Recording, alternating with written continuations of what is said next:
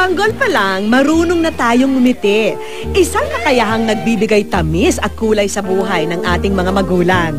Biological ang ngiti. Kasi kahit ang mga sanggol, marunong nakakaalam ng tunay ng ngiti.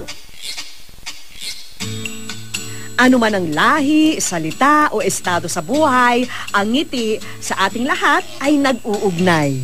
Meron din siyang benepisyo dun sa recipient. Kasi mapapasaya ka rin ng tao na nakangiti. Mas makikiugnay ka, since sabi natin ng social interaction, mas mapapaganda dahil nakangiti yung kausap mo. Ayon pa sa ilan, may benepisyo rin daw ang pagngiti sa ating kalusugan. Not necessarily makukure yung sakit na meron ka. But definitely, natutulungan yung mga tao sa pag-cope. Yung immune system mo, mas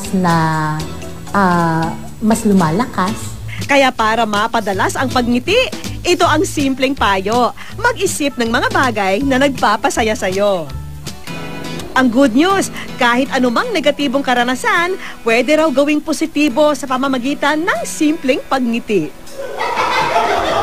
At ang mga teknik sa pagngiti ang itinuturo rito sa tinatawag na laughter yoga. Dito, pinag-aaralan kung paano maipapahayag ang kasiyahan sa pamamagitan ng pagngiti at pagtawa.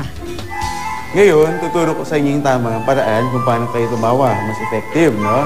Yung unang-una, dito kunyari sa mouth. Sabi nila, dito daw sa bibig, dyan ginagawa yung unang-unang reaction from the brain na kailangan tumawa. From the mouth, involve mo naman tong zygomatic major muscles ito. Hawakan mo with your pointer fingers, yung cheekbones, ganun lang, sabi mo, push it upwards.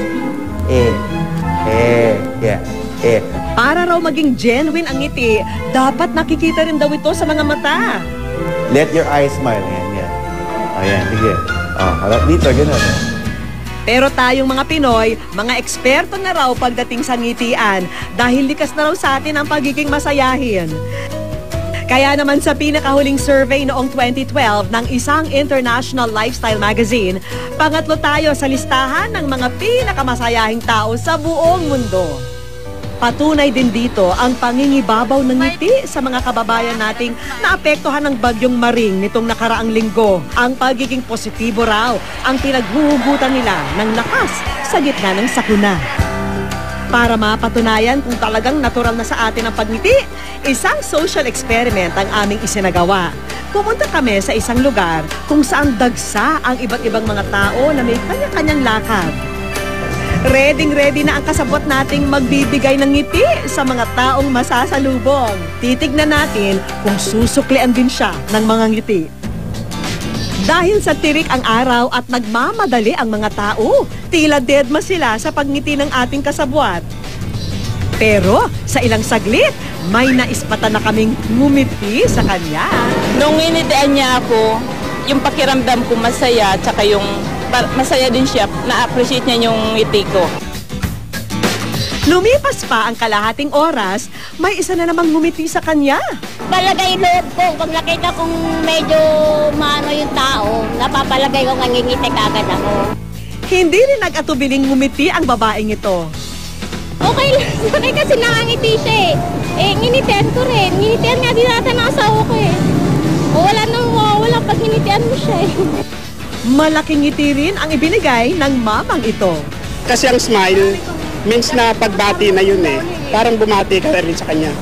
Sa aming ginawang experiment, mas marami ang mga babaeng ngumiti sa aming kasabwat at ilan pa sa kanila ay matatanda.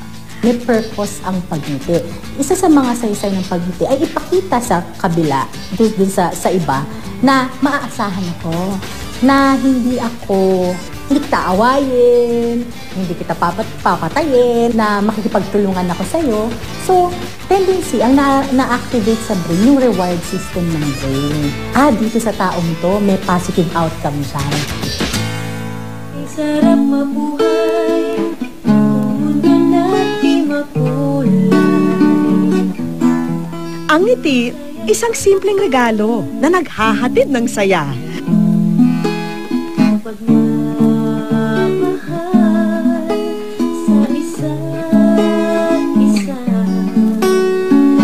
At ang good news, libre lang ito. Kaya simulan na ang pagngiti, gagaan na ang inyong pakiramdam, mapapasaya nyo pa ang iba.